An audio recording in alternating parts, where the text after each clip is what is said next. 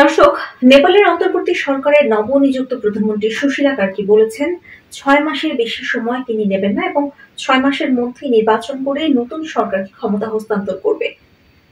বুঝতে পারছেন এই ঘটনা কোন ঘটনার একেবারে সেম টু সেম পুনরাবৃত্তি। ২০২৪ সালে জুলাই গণঅভ্যুত্থানের পর অন্তর্বর্তী সরকার যখন ক্ষমতায় এলো, তারাও কিন্তু একই কথা বলেছিল যে ৬ মাসের মধ্যেই ক্ষমতা হস্তান্তর করা হবে, একটি নির্বাচনের মাধ্যমে সুশৃঙ্খল নির্বাচনের মাধ্যমে ক্ষমতা হস্তান্তর করা হবে, যেটা এখনো পর্যন্ত ১ বছরের বেশি সময় পার হয়ে গেছে, যেটা এখনো পর্যন্ত সম্ভব হয়নি। কেননা বিগত বহু বছরের দুর্নীতি এত সহজেই এত সংক্ষিপ্ত সময়ে ঠিক করে ফেলা যায় না। এত বছরের বিশৃঙ্খলাগুলোকে সুশৃঙ্খলায় পরিবর্তিত করে ফেলা যায় না এত অল্প সময়ে। নেপালের প্রধানমন্ত্রী, অন্তর্বর্তী সরকারের প্রধানমন্ত্রী যেটা বলছে, আপনারা এই পুরো খবর শোনার আগেই কমেন্ট করে জানাবেন আপনারা এই ব্যাপারে কি মনে করছেন। তো তিনি বলছেন যে ৬ মাসের বেশি সময় এই পদে থাকবেন না। বলছেন আগামী বছরের ৫ মার্চ দেশটির জাতীয় নির্বাচনের মধ্য দিয়ে আসা সরকারের হাতে তিনি ক্ষমতা তুলে দেবেন। প্রধানমন্ত্রী হিসেবে শপথ নেওয়ার পর রোববার প্রথমবারের মতো বক্তব্য দিলেন সুশীলা কার্কি। তিনি বলছেন, আমি এই দায়িত্ব চাইনি। খুব অদ্ভুত ব্যাপার। এই কথাটা, এই সেম কথাটা বলেছিল অন্তর্বর্তী সরকারের প্রধান ডক্টর ইউনূস, যে তিনি ক্ষমতা চাননি এবং তরুণদের জোরাজুরিতে, তরুণদের দাবির প্রেক্ষিতে তাকে ক্ষমতায় আসতে হয়েছে। এবং এই সেম কথাটি সুশীলা কার্কির জন্য কিন্তু সত্য। তিনি বলছেন যে রাজপথে নামা বিক্ষোভকারীদের আহ্বানে আমি সাড়া না দিয়ে পারিনি।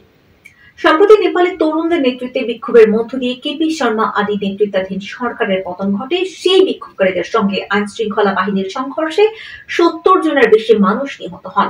এরপর বিক্ষোভকারীদের সঙ্গে নেপালের প্রেসিডেন্ট ও সেনাপ্রধানের আলোচনার ভিত্তিতে সুশীলাকে অন্তর্বর্তী সরকারের প্রধানমন্ত্রী হিসেবে নিয়োগ দেওয়া হয়।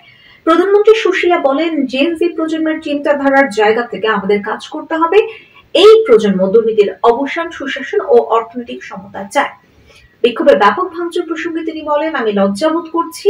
এসব জরুরি স্থাপনা ধ্বংসকারীরা যদি নেপালি হয়ে থাকে তবে তাদের কিভাবে নেপালি বলা যায়। দর্শক দেখেন, একেবারেই আমি কি বলবো, আমি সাদৃশ্যপূর্ণ ঘটনা বলবো না, আমি বলবো যে সেম টু সেম বাংলাদেশে যে ঘটনাটি ঘটেছিল জুলাইতে, এই বিক্ষোভের মধ্যে সংঘর্ষ, প্রতিহিংসা সবকিছুর পাশাপাশি সরকারি স্থাপনাগুলো ভাঙচুরের যে ঘটনা ব্যাক টু ব্যাক ঘটেছে, নেপালেও কিন্তু সেম ঘটনাটি এখন ঘটছে। এবং সরকারের পক্ষ থেকে বলা হচ্ছে যে এই ধরনের ঘটনাগুলো আসলে কোনোভাবেই কাম্য নয়, যেটা বাংলাদেশের ক্ষেত্রেও খুব সত্যি ছিল। বর্তমান পরিস্থিতিতে সুশীলা কার্কি ও তার মন্ত্রিসভার সামনে আইন শৃঙ্খলা পুনরুদ্ধার, ভাঙচুর হওয়া পার্লামেন্ট ভবন ও অন্যান্য গুরুত্বপূর্ণ স্থাপনা পুনর্নির্মাণ সহ বেশ কিছু চ্যালেঞ্জ রয়েছে। পাশাপাশি পরিবর্তনের দাবি তোলা জেন জি প্রজন্ম এবং যারা নেপালের গণতান্ত্রিক যাত্রা এবং সাংবিধানিক শৃঙ্খলা বিঘ্নিত হতে পারে বলে আশঙ্কা করছেন, তাদের আশ্বস্ত করাও এখন তার বড় দায়িত্ব। তো এত বড় দায়িত্ব, এত বিশৃঙ্খলা, দুর্নীতি, এত বছরের দুর্নীতি, যেটার কারণে এই গণঅভ্যুত্থানটা সংগঠিত হয়েছে, এই দুর্নীতি এবং এই বিশৃঙ্খলা কি ৬ মাসের মধ্যে নেপালের অন্তর্বর্তী সরকার সুশীলা কার্কি ঠিক করে ফেলতে পারবে? এবং তিনি যেটা বলছে যে আগামী বছরের ৫ মার্চ নির্বাচনের মাধ্যমে ক্ষমতা হস্তান্তর করা হবে, এ ব্যাপারে দর্শক আপনার কি মনে হয়?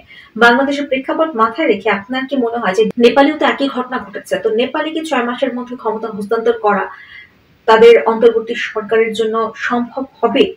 আর যদি সেটা সম্ভব হয়ে যায় বা হবে বলে আপনারা মনে করেন, তাহলে বাংলাদেশের ক্ষেত্রে কেন সম্ভব হচ্ছে না এখনো পর্যন্ত, আপনারা কি মনে করেন? অবশ্যই কমেন্ট করে জানাবেন।